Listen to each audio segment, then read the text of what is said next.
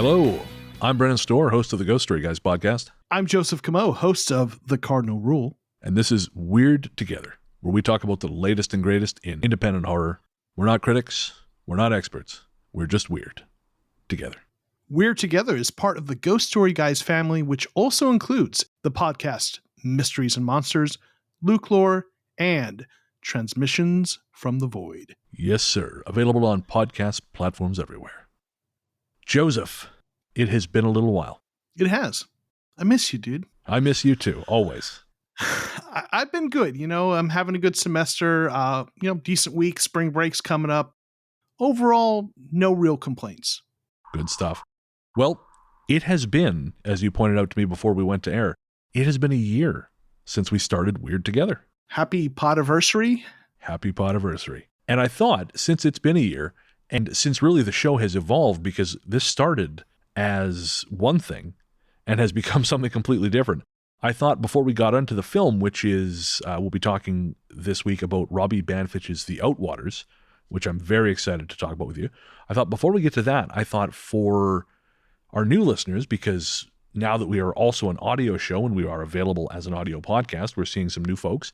I thought we might quickly catch them up on how the show came to be, who the hell we are, and just a little bit about us. Don't worry, we're not going to go full two white guys with a podcast where we talk about the checkout line at the grocery store for half an hour, but we're just going to, I thought we'd give them a refresher on who our two beautiful bald selves are.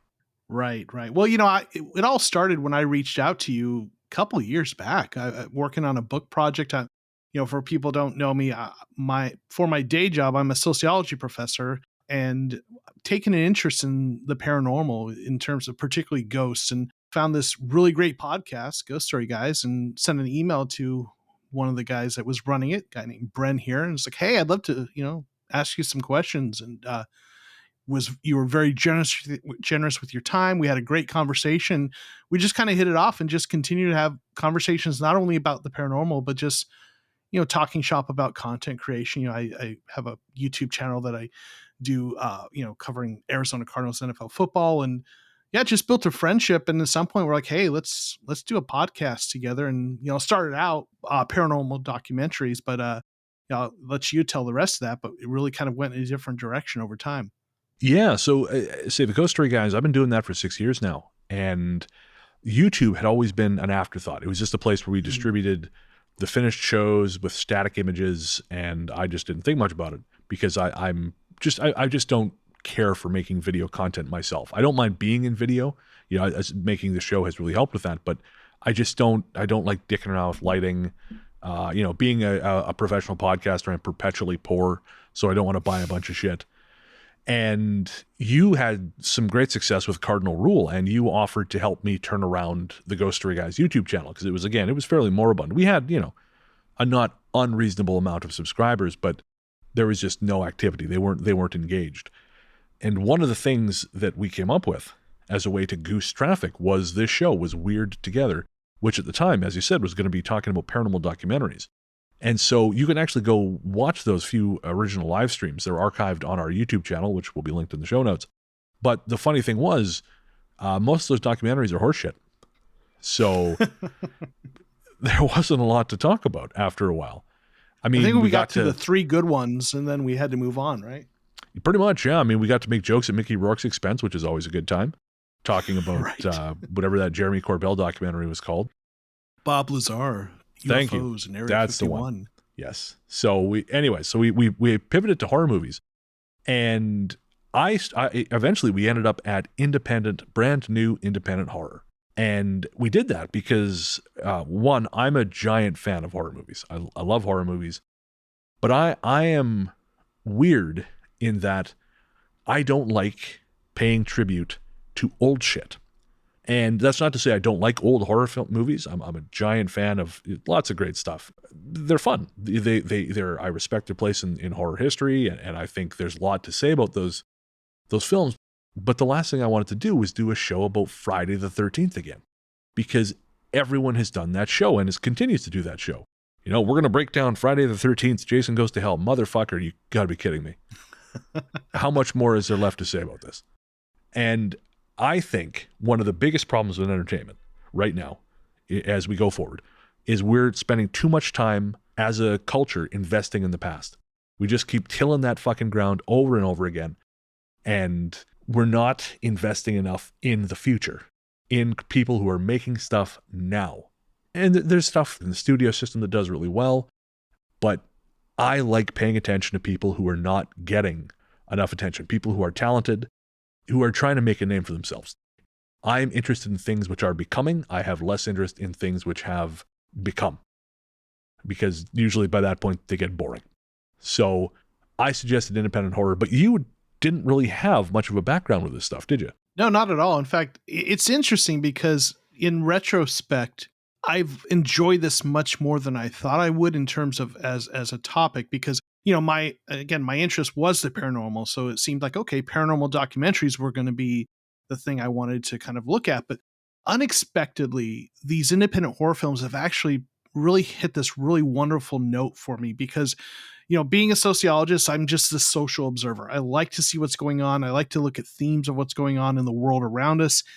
And independent films in particular, I think there's something about the fact that, you have these grassroots DIY, often low budget directors who are doing everything themselves, often starring in or at least playing an ancillary role in the films.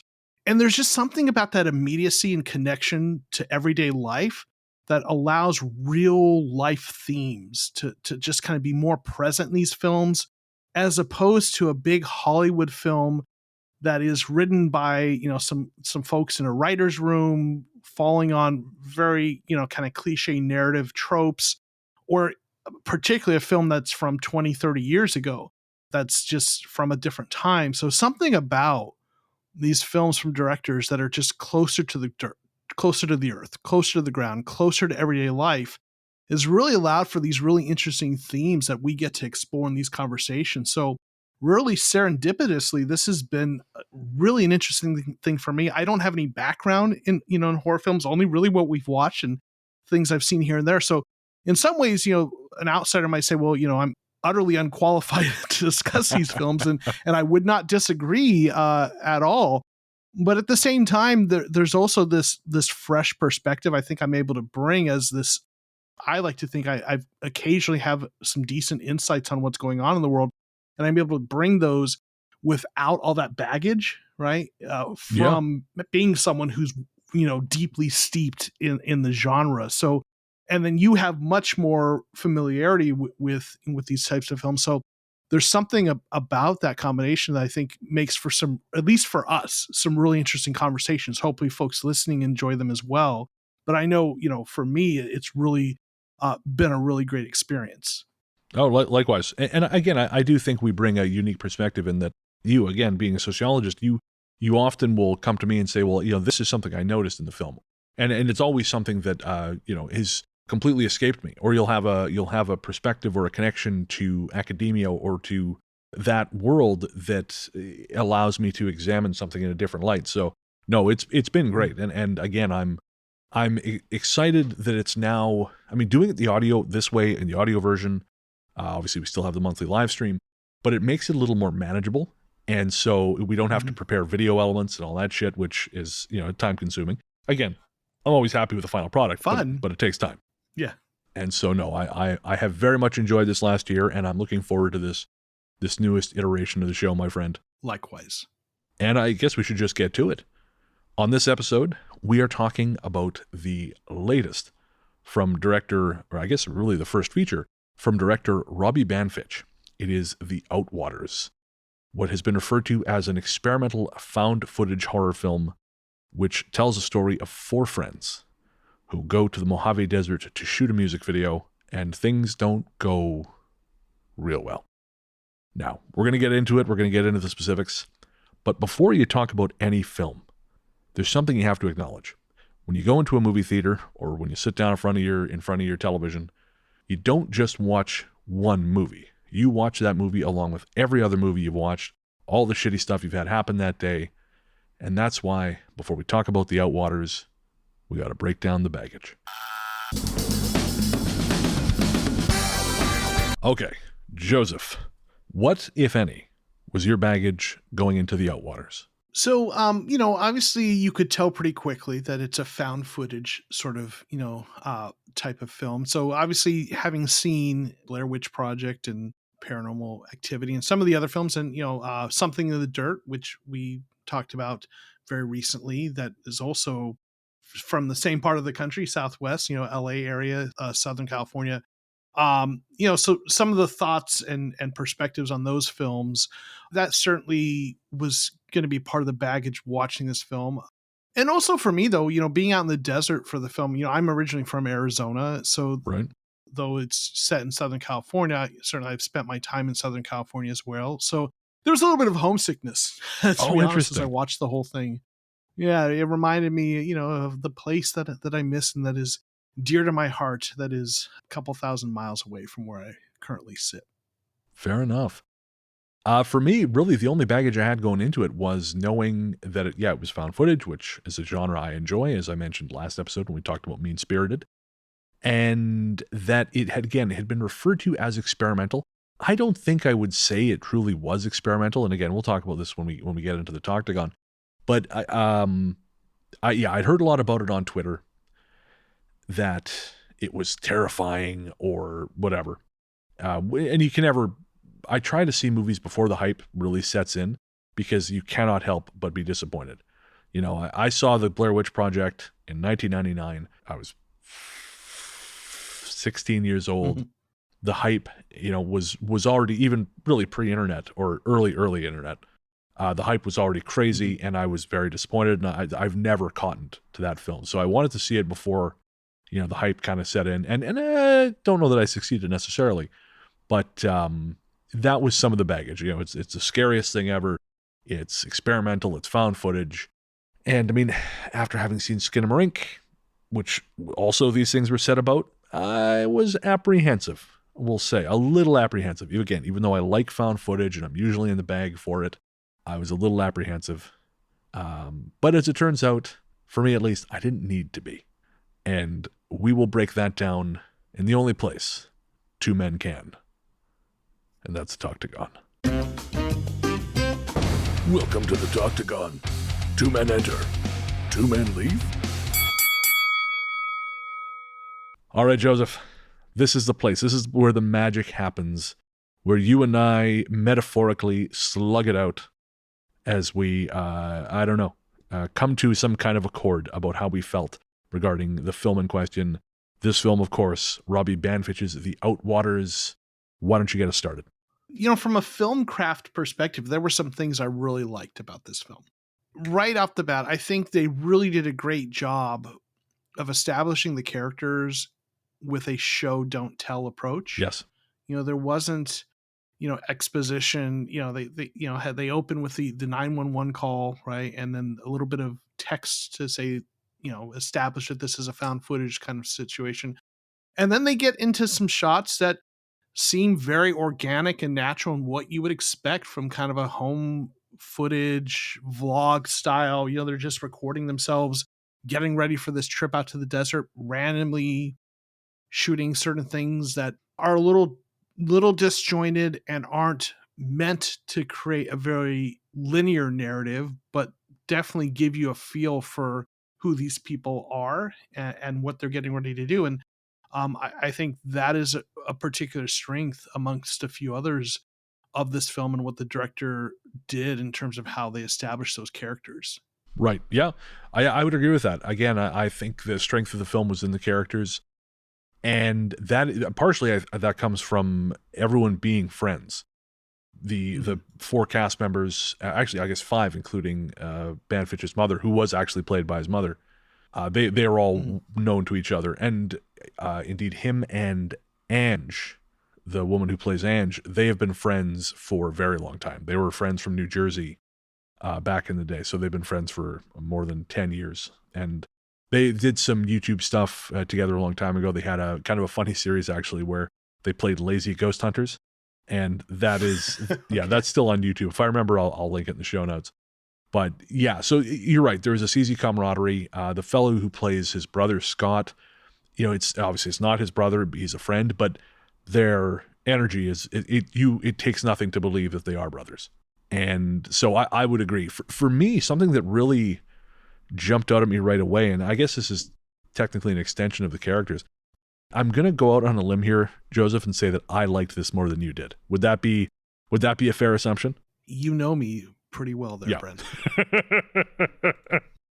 So something I really appreciate about the film is I felt like it started with such, I feel like it starts with such an air of foreboding and also this very mournful air about it. And that was something that really, really struck me. Because as the film progresses, obviously the foreboding is borne out, but really the mourning is kind of borne out too. One of the themes I kind of felt that it may have been aiming towards, and I found, kind of interestingly, and I mentioned this a little bit off air, I found Banfitch kind of evasive in the interviews I read and listened to with him, and part of it was he didn't want to put his own interpretation of what happens in the film out there. He kind of wants people to speculate, and he doesn't want to ruin their fun of trying to guess. But I also just, I don't know, I felt like the film is much deeper than he was willing to admit in interviews. I felt like the characters, again, have the sense of foreboding, the earthquakes that happened prior to them going out to the desert. But again, there's a lot of just sadness. Him and his brother in the film have lost their father, and his brother will not talk about it. Whenever he wants to talk about it, whenever he brings it up, his brother evades. His brother kind of tough guys it out. Never out and out says he doesn't want to talk about it, but he just kind of stops. And the singer for the music video, Michelle, she is mourning her mother, who was also a singer. And that sort of informs her performance and informs her character. Everyone is just sad. When they start the film, they're sad, and they're trying to have this good time in spite of the fact that this cloud of collective mourning hangs over them. And again, I thought it was very well portrayed. And what interested me about that too is you see they're in mourning, you see that they're, again, having fun in spite of it, but again, almost in a way as an escape from it. Yeah. And then they get out to the desert, and on their first night, they're jarred out of their tents by these really alarming booming sounds. And again, I don't know if this was intentional or not, but the impression that it made on me was like we're all kind of helpless before nature. We're helpless before the loss of our family, we're helpless before the natural world.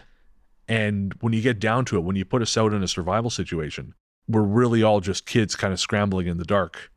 And there's a scene where Michelle, quite literally, when everything kind of goes wrong, she's calling for her mother, and I found it very upsetting.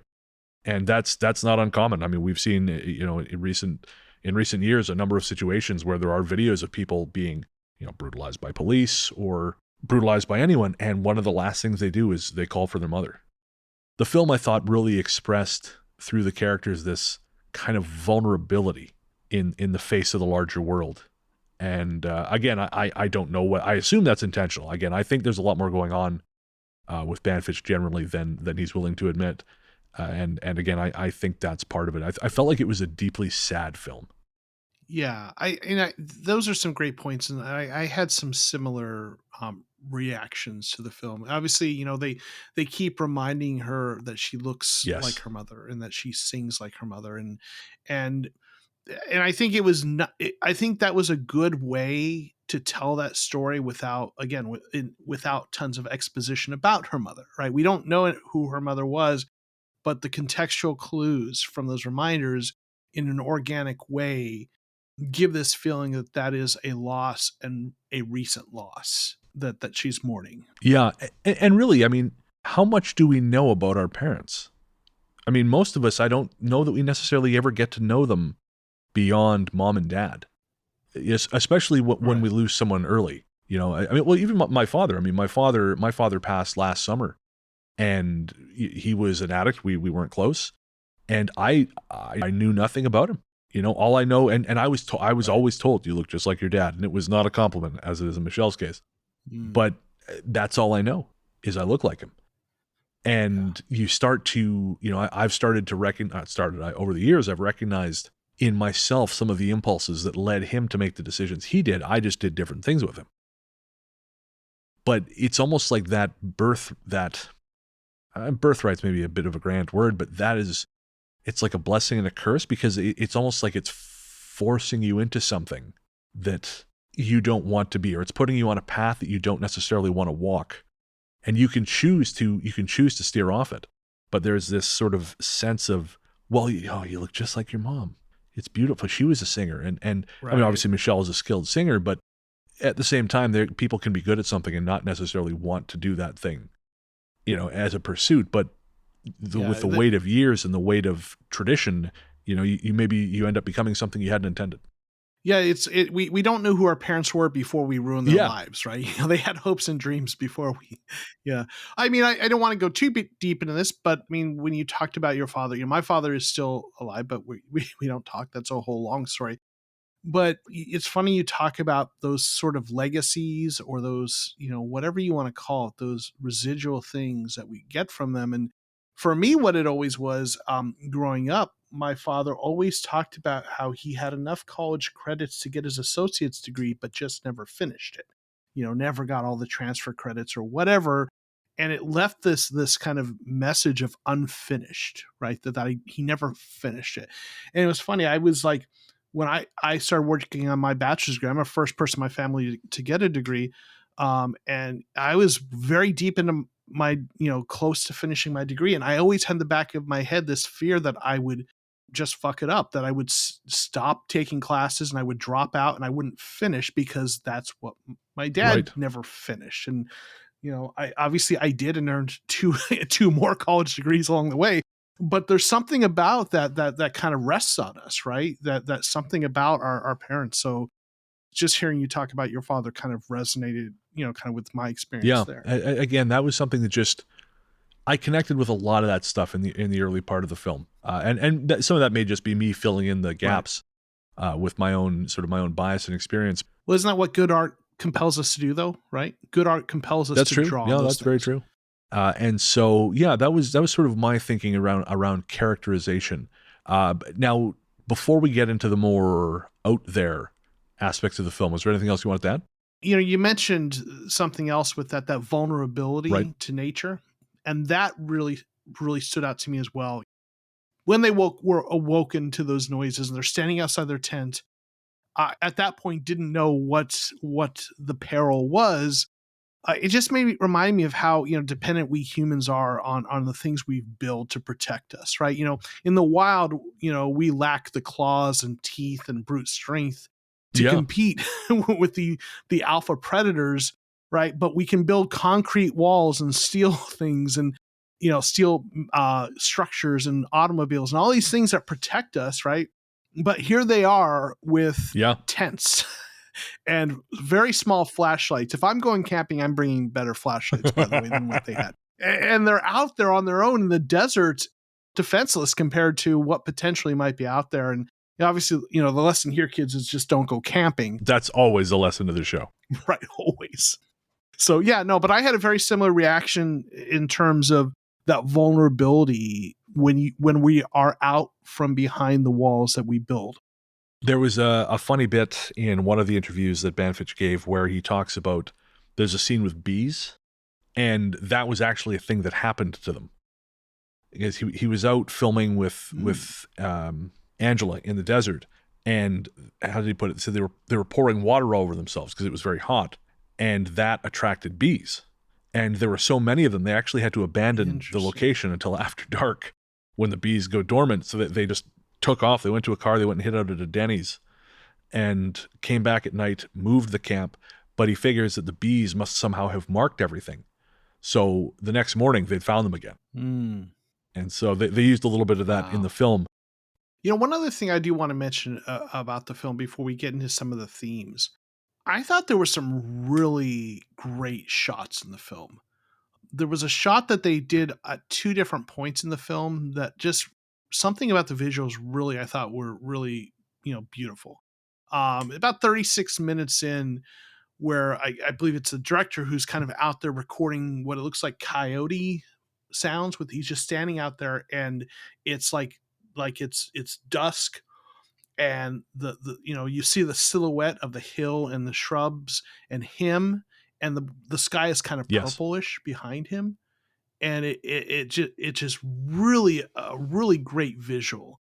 There were a few other shots like that, but again, for shooting out, not on a set, shooting out in the desert, they did a really great job of framing up some really interesting shots. Some of the stuff they did on the dry lake bed, again, coming back to kind of the film craft, some of the things that really I thought were really Oh nicely yeah, done in yeah. this film.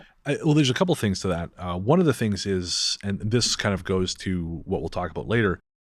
I very much think that was intentional. By what I mean, pardon me, Mhm. what I mean by that being, when we see Robbie up on the hill, silhouetted against the setting sun, recording Mhm. sounds, we see that twice, and then when everything Right. goes bad, and we see the figure holding the hatchet, he is framed the same way. And I believe that is Okay. because, we'll get to it. We'll get to it because the back half of the film gets pretty out there. But the other thing I wanted to say Yes. about the shooting is that Banfitch has said in interviews he was inspired by Terrence Malick in his shooting, and you can really see it. Are you familiar with Terrence Malick's work? I'm not. No. Oh wow, okay. Enlighten So me. I won't get into a bunch of it, just because that's a whole other conversation, it's a whole other podcast. But he is a filmmaker whose work I also very much admire. His first film was Badlands with Martin Sheen and Sissy Spacek in, I want to say, 1972 or 3. And it's basically a fictionalized version of the Charles Starkweather story. But it has this almost pastoral beauty to it, contrasting the cruelty and the insanity of the story. And then his next film was Days of Heaven with Richard Gere. And it is incredible. It's just a beautiful, beautiful film. And then he stopped making films. Hmm. He only made 2 films until 1998 and The Thin Red Line. Okay. And the thin I have heard of and that. yeah, and it's again an exceptional World War II film. It didn't get as much attention as Saving Private Ryan, which was released the same year, but it is, whereas Saving Private Ryan is much more of a straightforward Hollywood film about war, The Thin Red Line is Mhm. much more of a meditation on Hmm. violence and the true nature of man. And since then, he's become much more prolific. He has made a lot of films in the modern era. There's Knight of Cups, To the Wonder, Tree of Life, A Hidden Life. I'm probably missing Song to Song, I think is the other one I was missing. And he's become much more, I think, impressionistic is the word. Okay. His films have become much less straightforward narratives and much more, they sort of use these collages of images and performances to give you a series of emotions more than they give you a story. So again, the inspirations very much come through. Although I think he does some really, like, I think the camera work does a lot of heavy lifting in the back half of the film and sort of showing you what is happening, which I guess is, in a very Malick way, it's telling you what's happening without actually telling you what's happening. And I have a feeling like there's probably a million, the Outwaters Explained videos popping up on Right. YouTube right now, or if there aren't, there will be, because it gets very, again, I don't know if impressionistic is the right word, but it gets very fragmented towards the in the back half, and you really have to make some leaps yourself. And I'm going to guess that's part of the film that didn't work for you. Well, I mean, I actually didn't mind that. I mean, I think there was some interesting stuff, the way they framed the shots, in sort of an obstructed or limited view. And I kind of made the joke about the flashlights they had not being very good, but I think that was probably partly an intentional choice to have that, limited frame of view. And, when you don't have a huge budget to work with, tons of practical effects and CG, you have to kind of use things like that. And I will say they did a good job of suggesting what's happening with showing fragments of it. I'll just come out. The thing that didn't work for me is it felt like it dragged on way too long. They they Oh, they okay. just carried that out way too long. But I was like, "What the hell's going on here?" And I wasn't really. I mean, you could tell it felt like some sort of hallucinations going on. I will say, and spoiler. All right, anyone who's listening who hasn't seen, I'm about to give a Yeah, spoiler. yeah. Yeah, if you all right. The shot of the gas mask pulled it all together. I was like, okay, I get it now, right? Those booms, those were explosions, right? Of probably some experimental hallucinogens. the sign that this is government facility, the mask. Okay. So what we've been seeing, that like, what the fuck was all that? That was hallucinations, and that they're killing you. It all it pulled it together. I will give them credit. Like, when a film has a moment like that for me where I'm kind of confused, but one piece pulls everything together, I want to give credit for that, right? That's a night that was well done in my opinion. But it did, the stuff before things went bad, it did drag on a little bit, but I can let that go as far as that's character development, since they were doing the show don't tell and not leaning on exposition. I understand why we needed a prolonged period of just random shots of the people living their life to see who they were and to make it feel real. But there was a point where when things started going to shit for the people, it just felt like that drug on much longer than it needed to, Right. for me. And that was my critique. The other thing that maybe didn't work for me a ton was more just about my taste. The film's been described as transgressive, and I think particularly at the end, that it really does hit that note at the end. And in a way, I think it does do a good job of lulling you into not expecting that, because him cutting off a part of his anatomy, that certainly was a choice. It was transgressive, certainly. And then when he goes all Braveheart on himself, those were shocking moments. And for certain audiences, that's going to work for them as just really, doing something very different, very transgressive. And I see that. It's just, that's not my thing. Right. So that didn't work for me so much, not because it wasn't effectively done. It was effectively done, more because it's just not my thing. Right.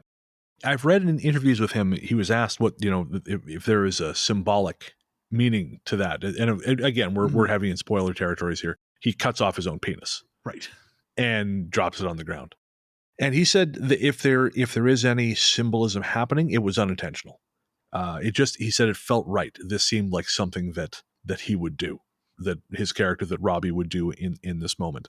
I'm fascinated by the hallucination answer, because that was not where I arrived at all.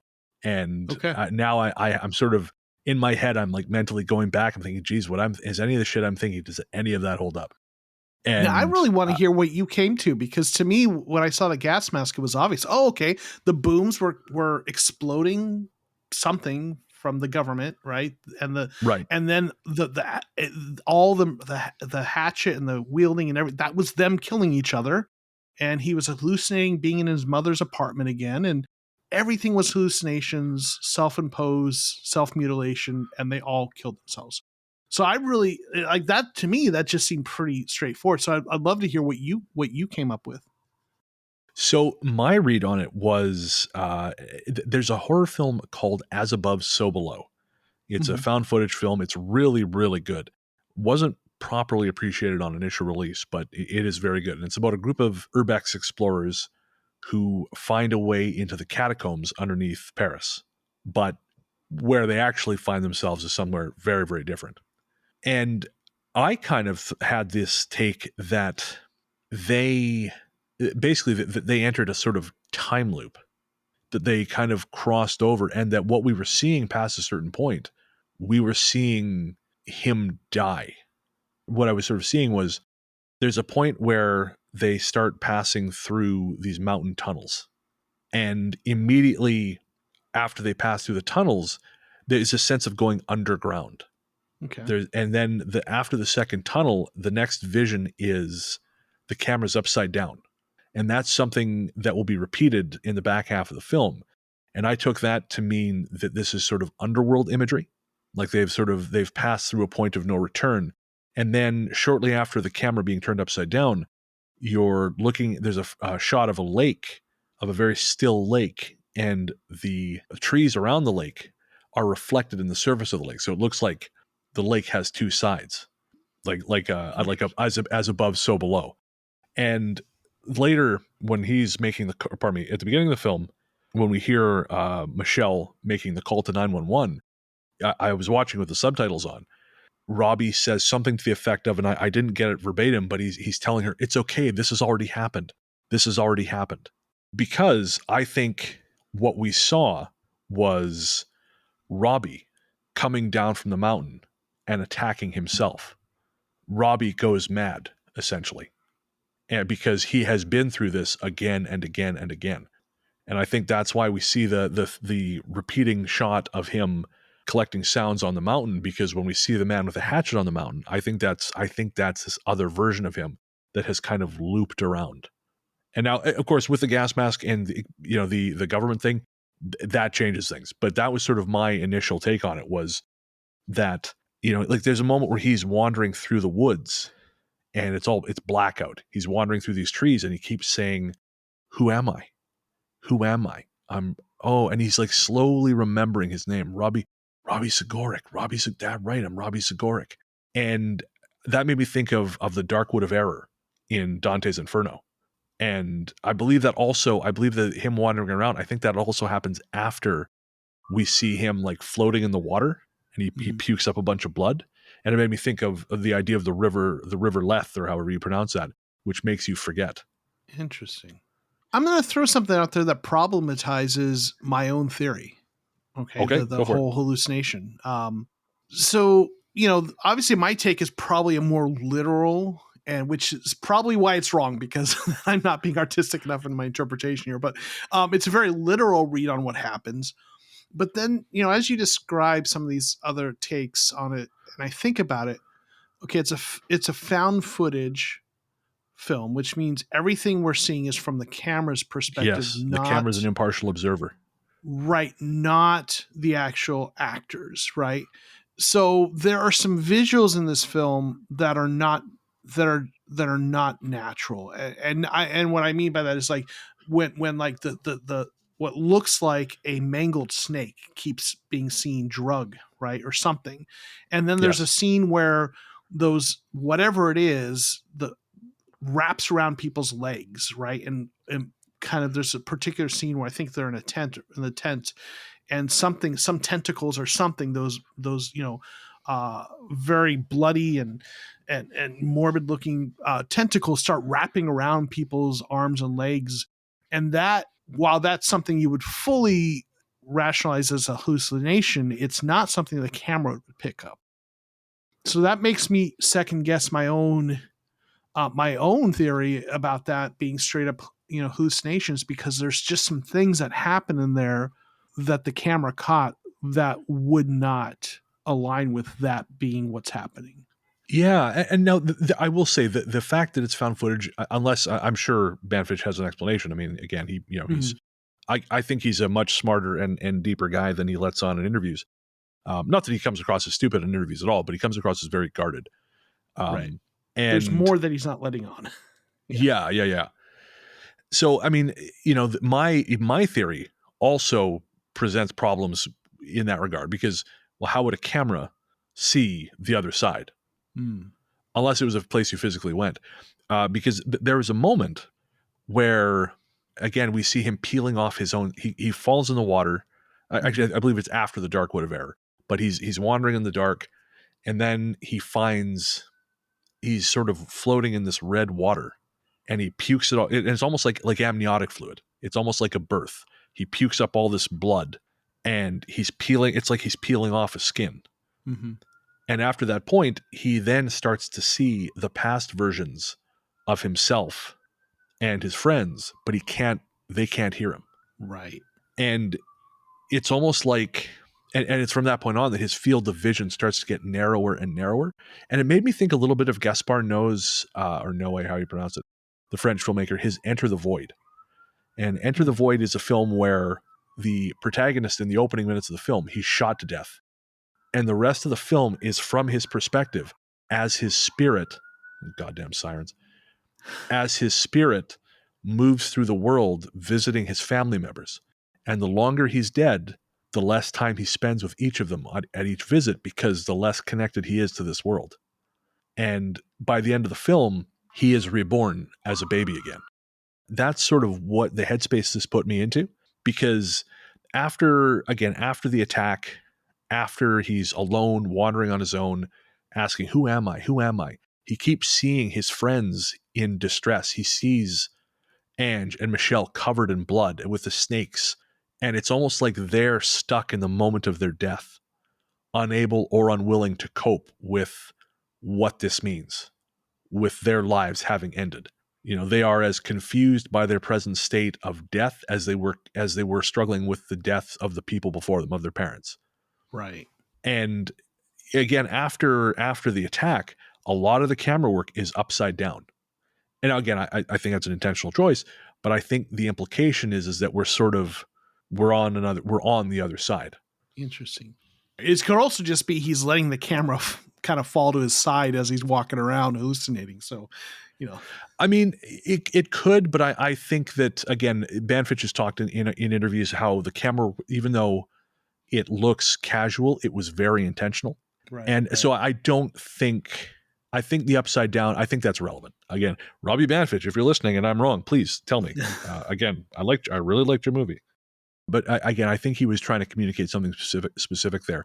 And the other thing that occurred to me is there is a moment where almost it seems like he is moving. It's like he is being compelled. The camera shows that he is floating above the dirt, like he is being that's right. conveyed. You see his feet being like he's being conveyed somewhere by something. Right. And then, of course, he encounters the beast. And I was thinking that was almost like the biblical behemoth, the creature he sees in the dark. And it just sounds like this great snuffling beast. We only ever see it in bits. But I was thinking of like Leviathan and Behemoth. And I think Leviathan was a creature of the sea and Behemoth was a creature of the land. And then after that, we see him being propelled through what appears to be a star field. And there was a point that he made in interviews. He said that all music in the film is diegetic, which means all music in the film is being heard by the characters. There's no score as such. And at one point during his star journey, you hear what sounds like and is described on the subtitle track as a heavenly choir. Interesting. So my take was that he is being conducted. He is moving through, but something stops him from getting all the way. Interesting. Okay. And he wakes back up here and in the desert, and he scourges himself and he mutilates himself. And the final shot is of him reaching up to the sky as we hear a jet pass overhead. And my thinking on that was when they first arrive to the desert, you hear a jet passing overhead. And I'm wondering if again, they enter the underworld through the tunnels, if that jet passing overhead, that's their jet. That's them arriving. And it's all already happening again. Interesting. Because, one of the things he sees during his journey, his sort of, his post-death visitation is he sees his brother on the plane through the window of the plane. And he's trying to tell him, stop.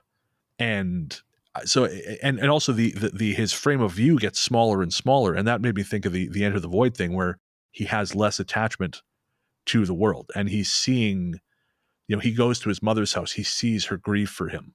And, who's to say that she doesn't see him in spirit somehow? But because he's dark, he's seeing like an alter version of the world. He's not seeing the world as we see it. He is seeing the world as the dead see it, which is one without life, without color, and so on and so forth.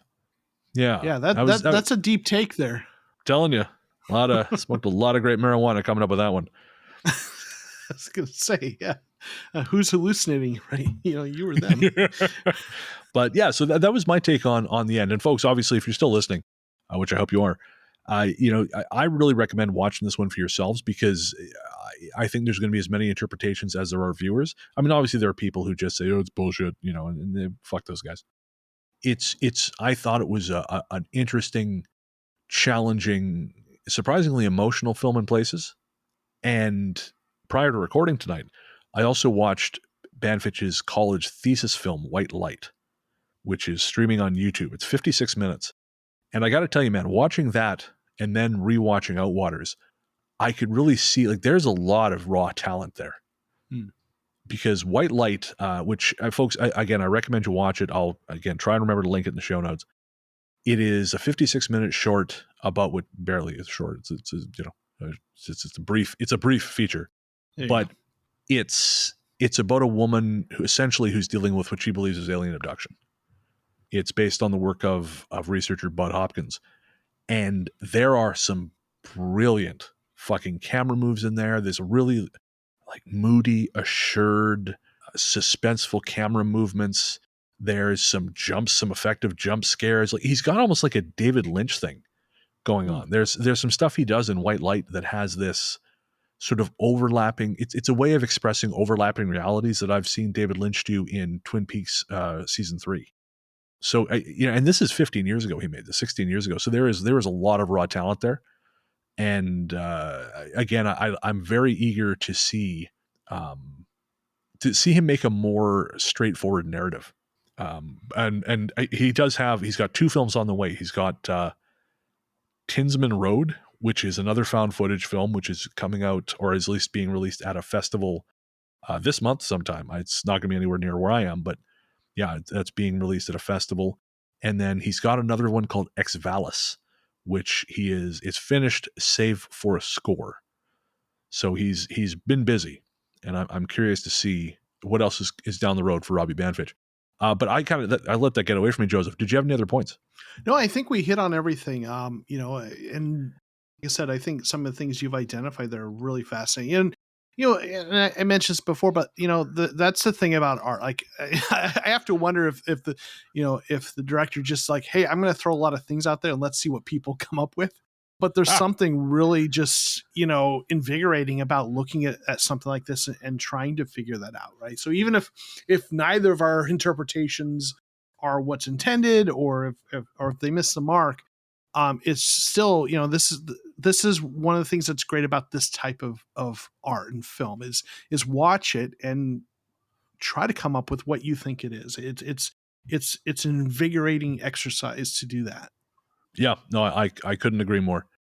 And again, folks, I bought this on Google Play. I know it is going to be streaming. Did you watch it on Screenbox, Joseph? I got it on Google Play as well. Okay. So it is going to be exclusive to Screenbox as far as streaming goes, as I recall. I don't think we have Screenbox here in Canada. I don't know. But either way, as we always say with independent films, please do not pirate. Pay the money, rent the film. Every dollar you spend on independent film is a vote for more independent films. If you got to pirate shit, which again, we don't recommend, do it with stuff like Marvel where they're making enough money as it is. It's not going to hurt them. But independent films, vote with your dollars. Support these artists. They deserve it. The Outwaters absolutely deserves your money. Again, no matter how you feel about it in the end, there is a lot to like about this movie. And again, I bought it because I always have to watch movies multiple times for the show, and I have a feeling like I'll probably revisit it. All right, my friend, any final thoughts? No, just as always, it's good talking shop with you and, getting to hang out. Absolutely. And folks, if you want to find us on the web, we just picked up weirdtogetherpod.com. Currently, that just goes to our Red Circle landing page, but we are in the process of putting together a website. And if you have any comments or questions, you can email us at weirdtogethershow@gmail.com. Some other bastard had weirdtogetherpod. But, damn it. Yes, I know, right? We'll get them. I mean, we could have had weirdtogether.com. It was available, but some motherfucker was reselling it for $2,600. Yeah, no. No, that's not happening. But again, you can find us at weirdtogetherpod.com. And if you want to get in touch, which we would love you to do, we'll read your emails on the next show, unless your email says, hey, you suck. Hell, actually, we might actually do that one just for lulz. What the hell? Right. But either way, that's weirdtogethershow@gmail.com. Joseph, where can everyone find you online? You can find me on Twitter at JOKOMO13, Jokomo13. You can find me on the YouTubes at The Cardinal Rule if you're into Arizona Cardinals football. And obviously on YouTube at Weird Together. I am on Twitter and Instagram as Largely the Truth. My main show, The Ghost Story Guys, is on podcast platforms everywhere. You can also find my other shows, Largely the Truth with Brennan Storr. That's my talk show. Book of the Dead, which is a short-form storytelling show. And Transmissions from the Void, which is horror audio dramas. And you can find those everywhere fine podcasts live, or at ghoststoryguys.com. Music for this show is provided by The Revenants. The Revenants are a project of Boston-based artist Elliot Wilder. You can find them at therevenants1.bandcamp.com. That's The Revenants and the number 1.bandcamp.com, or streaming everywhere you get your music, courtesy of Night Harvest Recordings, and that is the Ghost Story Guys house label. Our main theme is Rest in Peace from the album Music from Big Beige. That's again by The Revenants. Until next time, folks, remember, we're weird. And you're weird. So why not be weird together? Thanks for joining us. Let me rest.